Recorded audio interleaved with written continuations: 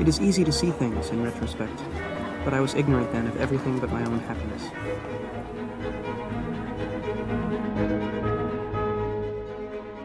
I asked what the story was with Julian Morrow. Nearly everyone had heard of him, and I was given all sorts of contradictory but fascinating information. That he was a fraud, that he had been a great intellectual in the 40s, and a friend to Ezra Pound and T.S. Eliot. The more I heard about him, the more interested I became. I began to watch for him and his little group of pupils around campus. 4 boys and a girl. They were an arresting party, at least to me. 2 of the boys wore glasses. The larger of the 2, and he was quite large, over 6 feet, was dark-haired, with a square jaw and pale skin. Henry Winter, said my friends when I pointed him out. The smaller of the 2 was a sloppy blonde boy, with a relentlessly cheery demeanor. Bunny Corcoran was his name, Bunny being somehow short for Ed. The 3rd boy was the most exotic of the set. Angular and elegant, he was precariously thin, with a short, fiery mop of the reddest hair I had ever seen. Francis Abernathy was his name. And then there were a pair, boy and girl. I saw them together a great deal, and at first I thought they were boyfriend and girlfriend. Later I learned they were twins. They looked very much alike, with heavy dark blonde hair, as cheerful and grave as a pair of Flemish angels.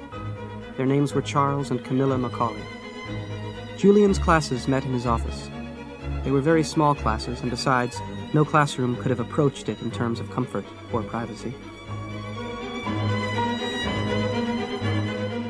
Camilla Macaulay, I thought, was very beautiful, in an unsettling, almost medieval way.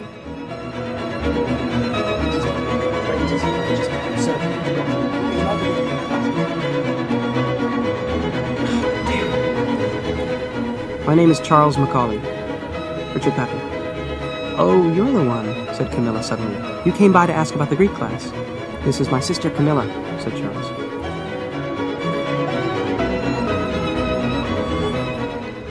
I saw the house. It was tremendous. In silhouette against the sky, I saw turrets and pikes, a widow's walk. This belongs to you? I said. Frances laughed. No, it's my aunt's. Way too big for her, but she won't sell it. She and my cousins come in the summer. There's only a caretaker here the rest of the year. The entrance hall had a sweet, musty smell. Photographs and gloomy, gilt-framed portraits lined the hall in long perspectives. Walking into the library, I took in my breath sharply. Gothic panels stretching 15 feet to a frescoed ceiling. There was a grand piano and Charles was playing. Golly, I said. Charles looked up. Well, there you are, he said. You're awfully late. Bunny's gone to sleep. Where's Henry? Said Frances. Working. He might come down before bed. There were footsteps on the stair, and Bunny, his eyes screwed up and his hair standing on end, tottered in, wearing his pajamas. What the hell? He said. You woke me up. He poured himself a drink and tottered back up the stairs with it to bed. This was the weekend that things started to change. The house was their trump card, their fondest treasure, and that weekend they revealed it to me slyly, by degrees. The dizzy little turret rooms, the high-beamed attic. The trees turned early that fall, but the days stayed warm well into October, and in the country we spent most of our time outside.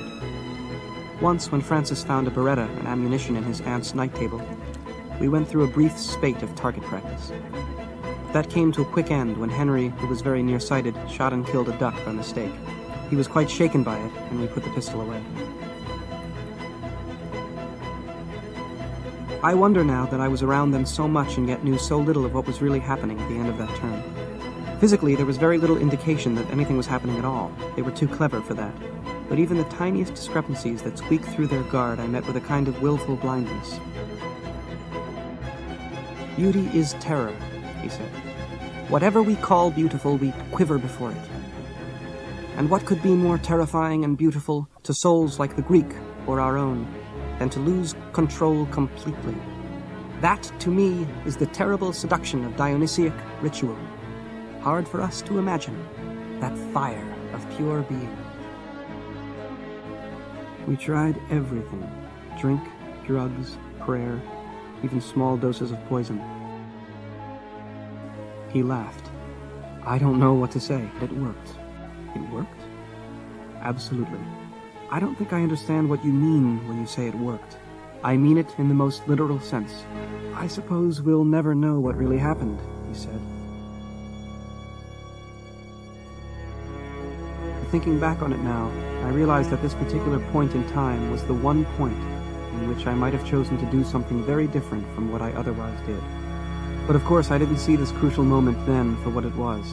I suppose we never do.